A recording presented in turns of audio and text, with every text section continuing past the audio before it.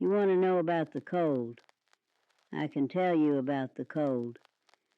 I was born in 1839. March, they tell me, though my mother always said it might have been late February. The records were not so precise in those days. My father wrote it down in the family Bible, but even he was not certain. What I do know is that I came into this world during a snowstorm. My mother told me that story so many times I can almost believe I remember it myself. The wind howling outside, the fire barely keeping the room warm, and me, a squalling red thing, fighting my way into a frozen world. We lived in Clermont County, Ohio, southeast part of the state, not far from the river. It was farm country then, and it is farm country now, I suppose, though I am told everything has changed. When I was a girl, our farm was 120 acres, maybe 130. My father was never entirely sure of the exact boundaries. He had bought it from a man named Henderson, or Hendricks, one of those names. The man had come from Virginia and had not lasted 2 winters before he sold everything and went back east. I understood why, eventually. The winters in Ohio were not for the faint of heart. My earliest memories are of cold. Not the kind of cold you might imagine if you have only known mild winters. This was a cold that had weight to it, a cold that pressed against the walls of the house and seeped through every crack. We had a log house then. My father built it when he first came to the land, before he married my mother. It was small, 1 room downstairs and a loft above, where my brothers and I slept. Later, he added on to it, made it bigger. But when I was very small, it was just that 1 room with the fireplace at one end. The fireplace was everything in winter, everything. You cannot understand what I mean by that unless you have lived it. There was no other source of heat, no stove, not in those early years, just the fireplace. And if the fire went out, you might not wake up in the morning. That was not an exaggeration. I knew a family, the Parsons, who lived maybe 4 miles from us. Or was it the Pattersons? One of those names. Their fire went out one night in January. I think it was 1843 or 44, and the father froze to death in his own bed. The wife and children survived because they had enough blankets. But the man was gone by morning. My father never let the fire go out. Never. He would wake in the middle of the night, every night, all winter long, to add wood. I can still hear him in my memory. The creak of the floor, the scrape of the log being pushed into the coals, the soft whoosh as the flames caught again. He did this for years, decades, until his hands were so gnarled from the work that he could barely grip anything. But he never let the fire go out. The preparation for winter began in summer. That is something people do not understand now. Winter was not something that happened to you. It was something you prepared for, or you died. There was no other way to say it. You prepared, or you died. The wood had to be cut in summer, when the trees were full and the days were long. My father and my brothers would go into the woods with axes and saws. We did not have a bucksaw until I was maybe 10 or 11. Before that, it was all handsaws and axes. They would cut the trees, section them, haul them back to the farm with the oxen. We had 2 oxen, Bright and Star. Those were their names. I loved those animals. They were slow and patient, and they pulled more weight than you would believe possible. The logs had to be split. That was work for everyone. Even me, small as I was, would help stack the pieces. A cord of wood is 8 feet by 4 feet by 4 feet. We needed 10 cords to get through the winter, maybe 12 in a bad year. You cannot imagine how much wood that is until you have stacked it yourself. My hands were rough by the time I was 6 years old. Calluses on my palms from carrying wood. The food had to be put up. That was women's work mostly, though everyone helped with the butchering. In late fall, when the first hard freeze came, we would slaughter a hog. Sometimes 2 if we had them. The entire neighborhood would help. The Hendersons would come, the Millers, the family that lived on the ridge. I cannot recall their name now. We would all work together, and then they would do theirs, and we would help them in turn. The hog was everything. You used every part. The hams were salted and smoked. The bacon was salted.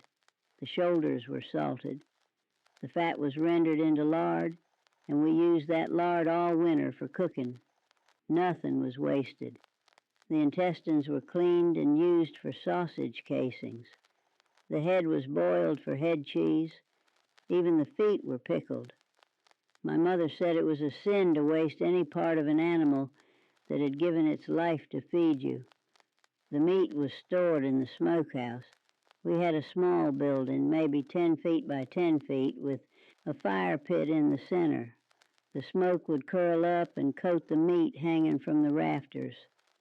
That smell, the smell of hickory smoke and pork, that is one of the smells of my childhood.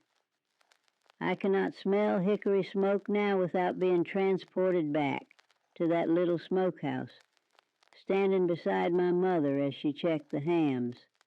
The vegetables were stored in the root cellar. Every farm had one. Ours was dug into the side of a small hill behind the house. It was maybe 6 feet deep, lined with stones that my father had pulled from the fields.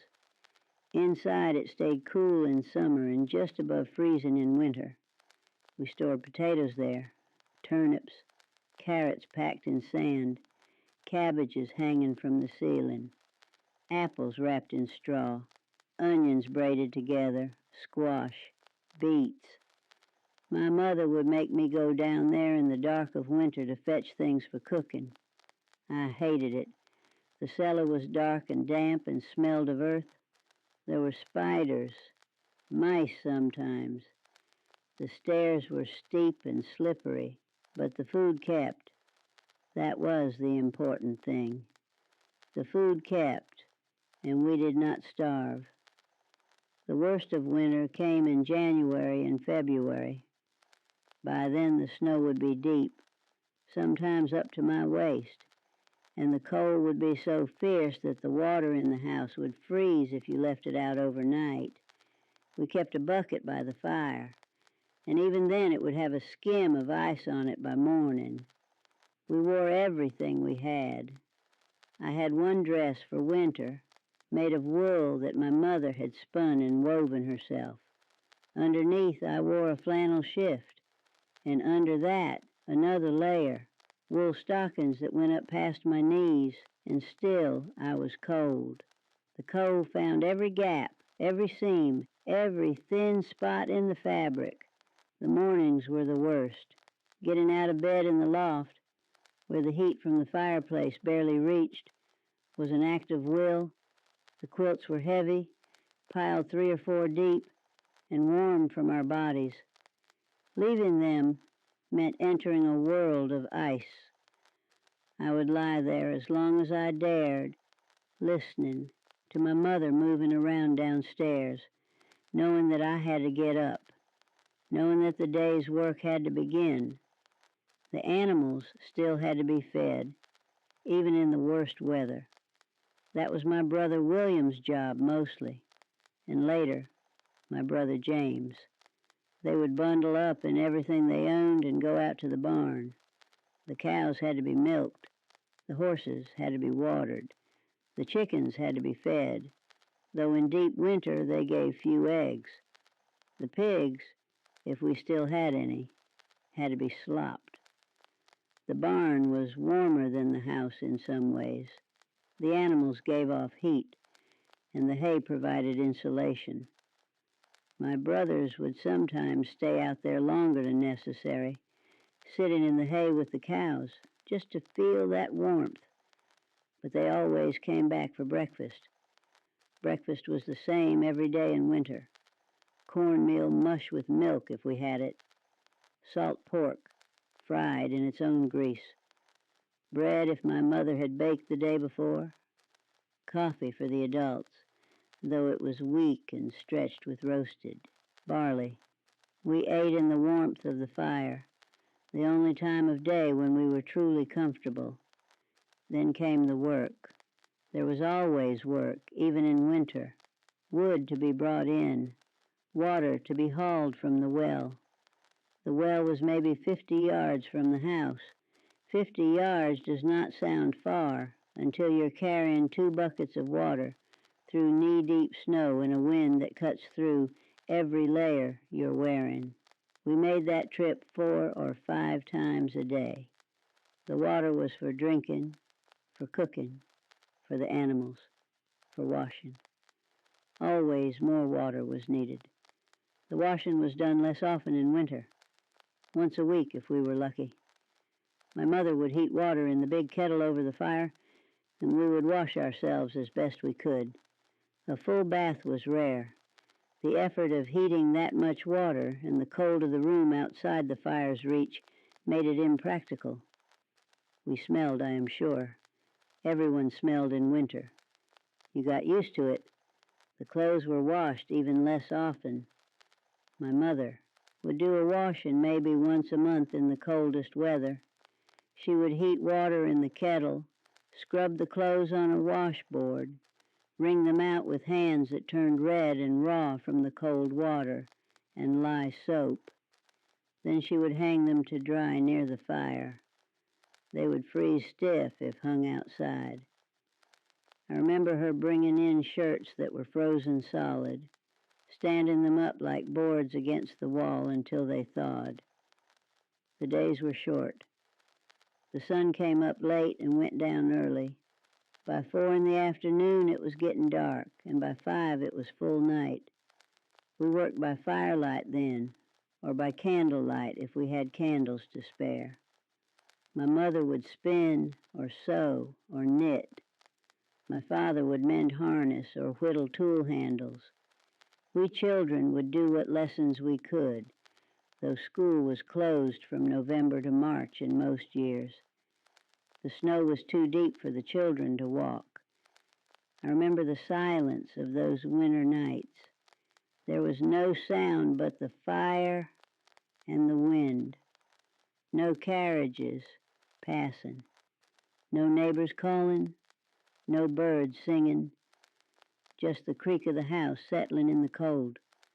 The pop of a log in the fire. The soft sound of my mother's spinning wheel. It was a silence that would be unimaginable now, I am told. A silence so complete that you could hear your own heart beating. The storms were terrifying. We had no warning in those days. No way to know when a storm was coming. One day would be cold but clear, and the next the sky would turn gray and the snow would begin, and then the wind would pick up, and then you could not see your hand in front of your face. We called them blizzards, though I do not think we used that word when I was very young. We just called them storms. I remember one storm, I must have been 5 or 6, that lasted 3 days. 3 days of wind and snow so thick that my father could not find his way to the barn. He tied a rope from the house to the barn so he would not get lost. Men died in those storms, walking in circles 20 feet from their own front doors because they could not see and could not find their way. The wind drove the snow into drifts taller than a man. When the storm finally stopped, we had to dig our way out of the house. The snow had piled up against the door so high that it would not open. My father went out through the loft, dropping down into the snow, and then dug a path back to the door. The animals survived that storm, though one of the cows was weak afterward and never fully recovered. She died in the spring, and we ate the meat, tough as it was. Nothing was wasted. The cold killed things. That was a fact of life. It killed animals. It killed people. It killed trees if they were not strong enough. I remember waking one night to a sound like gunshots, crack after crack echoing through the darkness. It was the trees, my father said. The cold was splitting them open. The sap inside had frozen and expanded, and the bark could not hold. In the morning you could see them, great oaks and maples with long vertical wounds in their trunks, the wood inside white and raw. We lost a calf one winter to the cold. It was born too late in the season, in November, when it should have been spring, and despite everything we could do, it did not survive its first week. My mother wrapped it in blankets and brought it into the house, set it by the fire, fed it warm milk from a rag, but it was too small and too weak, and the cold had gotten into its bones. I cried when it died. I was maybe 7. My mother told me not to cry, that death was part of life, that we should be grateful for what we had and not mourn too long for what we lost. She was right, I suppose, but I still remember that calf. The isolation of winter was as hard as the cold. We did not see our neighbors for weeks at a time. The roads, such as they were, became impassable. Drifts covered them completely. Even the strongest horses could not get through. We were alone on our 120 acres, or 130, alone with the cold and the snow and the endless work of survival. My mother felt it the most, I think. She had come from a larger town, from Cincinnati, where she had lived among people. She was not made for the solitude of a farm. In winter especially, I could see it wearing on her. She would stand at the window sometimes, looking out at the white emptiness, and her face would be sad in a way I did not understand then, but understand now. Church was our only regular contact with the outside world, and even that was sporadic in winter. When the roads were passable, we would hitch up the wagon or the sleigh if the snow was packed hard enough, and drive the 3 miles to the Methodist church in the village. It was a small building, white clapboard with a bell tower, cold inside despite the small stove in the corner. We would sit on the hard wooden pews, our breath visible in the air, and listen to the preacher talk about hellfire. The irony of that was not lost on me, even as a child. Hellfire sounded warm, but the gathering was what mattered. Seeing the other families, the Hendersons and the Millers and the family from the Ridge, whose name I still cannot recall. The women would talk to my mother about their troubles and their joys. The men would talk to my father about the weather and the crops and the price of pork. We children would eye each other shyly, having forgotten in the weeks since we last met how to be friends. Then we would drive home again, and the isolation would close in once more. Christmas was a quiet affair. We did not make much of it in those years. There was no tree, no great feast. My mother would cook a better meal than usual if we had the provisions, a chicken perhaps, or a piece of the smoked ham, pie if we had apples left in the cellar. My father would read from the Bible, the story of the Nativity, and we would sing a hymn or two by the fire. There were small gifts sometimes, a carved toy for my brothers, a ribbon for me, nothing extravagant. We could not afford extravagance and would not have known what to do with it if we could. The new year came and went without celebration. There was no staying up until midnight, no toasts, no resolutions. We went to bed at the usual time and woke at the usual time and continued the work of survival. The calendar meant little when there was wood to be brought in and water to be hauled and animals to be fed. By February, the stores were running low. The potatoes in the cellar had sprouted and gone soft. The apples were wrinkled and mealy. The salt pork was down to the dregs. We ate less, stretched things further, made do with what we had. The cow gave less milk because she had less to eat. The chickens stopped laying entirely. We were hungry, not starving, but hungry in a way that was always with you, a gnawing emptiness that never quite went away. And then slowly, imperceptibly, the days would begin to lengthen. The sun would stay up a little longer each day. The icicles hanging from the eaves would drip in the afternoon. The snow would settle and compact. You would hear a bird, just one, singing somewhere in the bare trees, and you would know that the worst was over. The thaw came suddenly when it came. One day it would be winter, and the next, or so it seemed, the snow would be melting in great rushing streams. The creek would overflow its banks. The mud would be ankle deep everywhere. The world would wake up. You could feel it in the air, a softening, a promise. The cows would bawl to go outside. The chickens would venture from the coop. And my mother would open the door and stand there, breathing in the almost warm air, and I would see the sadness lift from her face, if only for a moment. Spring was work, hard work, but it was work with hope in it, planting and plowing and all the endless labor of the farm.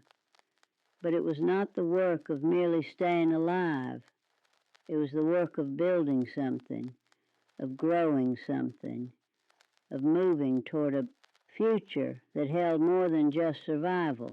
There are things I have not told you, small things perhaps, but they come back to me now. The water on the windows in the morning. It was not frost exactly, though there was frost too. It was ice, solid ice on the inside of the glass. We only had 2 windows in the house when I was very young, and they were small, maybe a foot across each. But even those small windows would freeze over completely. The ice was thick enough that you could not see through it. You could not see outside. You could only see the pattern the ice made, the ferns and feathers of it spreading across the glass. I used to trace those patterns with my finger, melting little channels through the ice, looking out at the white world beyond. The sounds of the animals in the barn at night. I could hear them from my bed in the loft if the wind was still, the soft lowing of the cows, the stamp of the horses. Sometimes a pig would squeal at something, a rat perhaps, or another pig pushing it away from the warmest spot. Those sounds were comforting in a way I did not understand then. They meant we were not alone. They meant life continued, even in the darkest cold, the way the snow squeaked under your boots when it was very cold.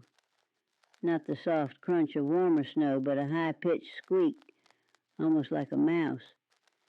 That sound meant the temperature had dropped well below freezing, maybe 10 below, maybe 20. When the snow squeaked, you knew the cold was serious. You did not stay out longer than you had to.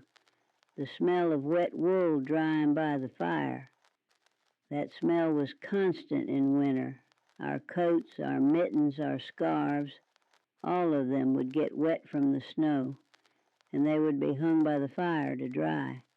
And they would give off that smell, that heavy, almost animal smell of wet wool. It was not a pleasant smell exactly, but it was the smell of home, the smell of warmth, the smell of being inside when outside was death. I've not told you about the games we played. Children still played, even in winter, even when the work was hard. We made our own entertainment. We did not have toys, not really, not the way children have toys now. We had what we could make. My brothers would whittle. My father taught them, and they would spend hours by the fire, shaping pieces of wood into animals or balls or little dolls for me. I still have one of those dolls somewhere, or I did have it. A crude little thing, barely recognizable as a human figure, but I treasured it. It was something that was mine, made for me, given with love. We played games with string. Cat's cradle, we called it. You would wind the string around your fingers in certain patterns, and then someone else would take it from you, transforming the pattern into something new. We could pass the string back and forth for hours, creating shapes that had names I have forgotten now. The cup and saucer, the witch's broom, the Jacob's ladder. When the snow was right, not too soft and not too hard, we would go outside and play. Snowballs, of course, building forts out of snow and defending them against each other. My brothers would always win. They were older and bigger and could throw harder. But I held my own and sliding. If there was a hill with good snow on it, we would slide down on pieces of bark or old boards or whatever we could find that was smooth enough. We did not have sleds, not proper sleds, not until I was older. But the sliding was just as good on a piece of oak bark. Shooting down the hill with the cold wind in your face, the spray of snow behind you, the world a blur of white and blue, and the black lines of the bare trees. Those moments of play were precious. They were the moments when we forgot the work, forgot the cold, forgot the endless struggle of survival. We were just children, doing what children do even in the hardest times. My mother sang, "That is something else I have not told you." She had a beautiful voice, my mother. She had learned songs from her own mother and her grandmother before that, songs from the old country, from England and Scotland and Ireland, songs about love and loss and the sea, though none of us had ever seen the sea. She would sing while she worked, while she spun or sewed or cooked, and her voice would fill the small room of the cabin, and for a moment the cold and the dark would seem less oppressive. I learned those songs from her. I sang them to my own children years later, and to my grandchildren. Some of them I still remember. The words come back to me at odd moments, fragments of melody, scraps of verse. They are my mother's voice, speaking to me across the years. The church songs were different. Those were serious, solemn, hymns about God and salvation and the wages of sin. But my mother's songs, the songs she sang at home, those were about this life, this world, about a young man going off to war and never coming back, about a woman waiting by the window for a lover lost at sea, about a child dying and an angel carrying it to heaven. Sad songs mostly, but beautiful. I think those songs kept her sane those long winter months. They were her connection to something beyond the farm, beyond the cold, beyond the endless labor. They were her way of remembering who she had been and dreaming of what might still be. She died in 1871, 1872. I cannot remember exactly. It was winter, I know that. She'd been sick for some time, a cough that would not go away, a wasting that took her bit by bit. When she died, it was quiet. She just stopped breathing, there by the fire, in the chair where she had sat for so many years. My father carried her to the bed and laid her down and covered her face with a sheet, and then he sat beside her for a long time, not speaking, not weeping, just sitting. We buried her in the spring when the ground thawed enough to dig a grave. The cemetery was beside the church, that little Methodist church 3 miles away. Her grave is still there, I suppose. I've not been able to visit it in many years. The stone has her name and her dates and a verse from the Bible. Something about rest, something about peace. She deserved peace. She had worked so hard all her life. She had borne 6 children and buried 2.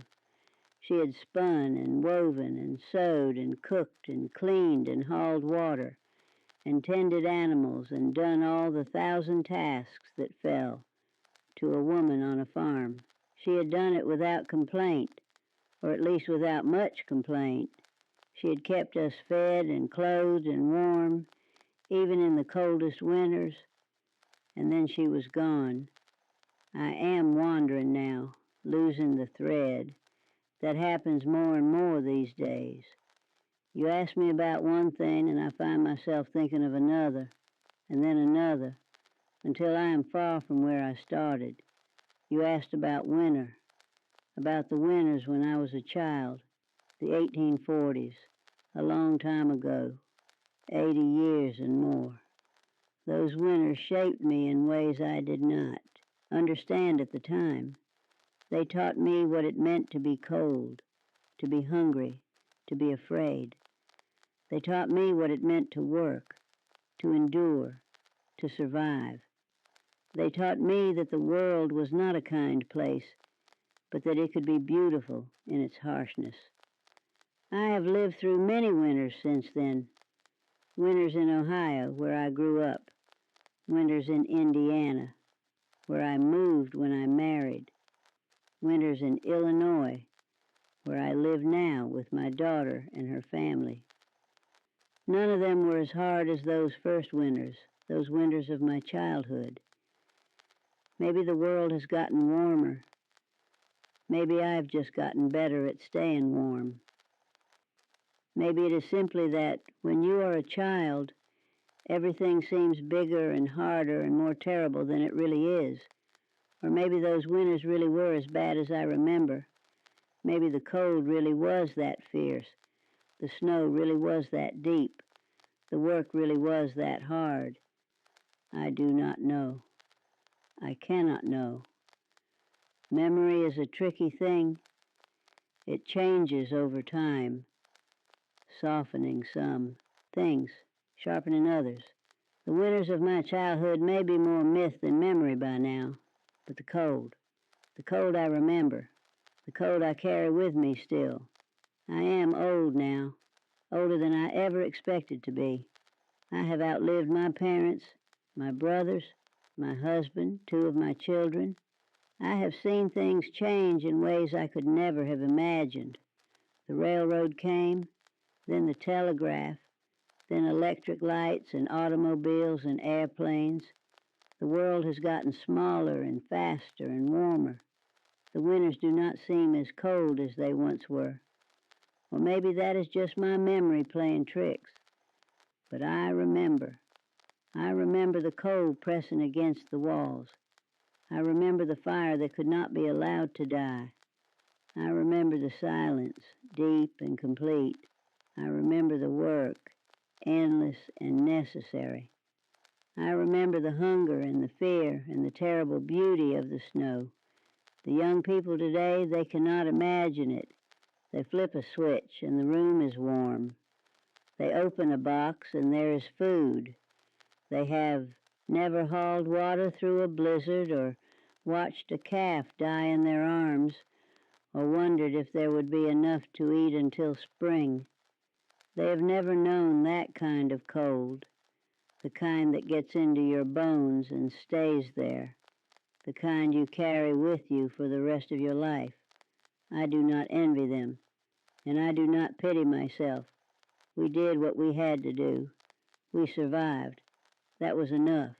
That was everything. I am tired now. My memory is not what it was. I have told you what I remember, as best I can remember it. The winters of my childhood, the farm, the cold. It was a long time ago, a very long time ago. But some things you do not forget. Some things stay with you until the end. The cold, the fire, the silence. That is what I remember. There's one more thing I should tell you. One winter, I think it was 1846 or 47, we had a visitor. That was rare enough in summer. In winter, it was almost unheard of. But this man came to our door in the middle of January, half frozen, his horse lame and exhausted. He was a peddler. He had been traveling from Cincinnati to somewhere up north, I forget where exactly, selling needles and thread and small tools and whatever else he could carry in his pack. He had misjudged the weather, or been caught by a storm, or simply not understood how far apart the farms were in that country. By the time he found our house, he was close to death. My father brought him inside and sat him by the fire. My mother heated broth and made him drink it slowly. He could not speak at first. His jaw was so stiff from the cold. His fingers were white and waxy. My mother rubbed them with snow, which she said would bring the blood back slowly without causing the flesh to die. I don't know if that was true or just something people believed then, but his fingers did not turn black, so perhaps it worked. He stayed with us for 3 weeks. 3 weeks while his horse recovered and the roads became passable again. He slept by the fire on a pile of blankets, and he ate at our table, and he became almost like a member of the family. His name was Samuel Greer. I remember that name. He was perhaps 30 years old with a dark beard and kind eyes. He told us stories in the evenings, stories about the places he had been and the people he had met. He had been to Pittsburgh and Philadelphia and even New York City once. He described buildings taller than any tree and streets so crowded with people you could barely walk, and ships in the harbor that could carry 1,000 passengers across the ocean. I hung on every word. I had never been more than 10 miles from our farm. The world he described seemed impossible, magical, like something from a fairy tale. My mother listened too, and I could see the longing in her face, the memory of the life she had left behind when she married my father and came to this isolated place. When the roads were clear enough, Samuel Greer packed his goods and thanked us for our hospitality. He gave my mother a thimble, silver-plated, the finest thing we owned. He gave me a ribbon, blue as the summer sky. And then he rode away, and we never saw him again. But I kept that ribbon for years. I wore it in my hair on special occasions, and when it was too frayed to wear, I kept it in a box with my other treasures. I don't know what happened to it. Lost in one of the many moves of my life, I suppose. But I remember it. I remember the color of it and the way it felt between my fingers, and the stranger who gave it to me on a winter day so long ago. That is how winters were, you see. They could be terrible, cruel, deadly, but they could also bring unexpected gifts, a visitor from far away, a story of places you would never see, a blue ribbon that a little girl treasured for decades. The winters taught us to be grateful for small things, a fire that kept burning through the night, a cellar that still had food in it, a cow that still gave milk, a family that stayed healthy when so many others fell sick and died. We did not have much, but we had each other, and we had the knowledge that we would survive. that spring would come again, that the world would turn green and warm and alive. I think that is what I want you to understand. More than anything else, the winters were hard, harder than anything you can imagine, but we endured them. We endured them because we had to, because there was no alternative, because giving up meant dying. And in the enduring, we became strong. We became the kind of people who could face anything, who could survive anything, who could find joy even in the darkest and coldest times. My grandchildren ask me sometimes what it was like. I try to tell them, but I can see in their eyes that they do not really understand. How could they? They have never known cold like that. They have never known hunger like that. They have never known work like that. They live in a world of warmth and plenty and ease, and I am glad for them. I would not wish my childhood on anyone, but I am also proud of it, proud of what we did, what we survived, who we became. The winters made us. They broke some people, but they made us stronger, and that strength has stayed with me all my life.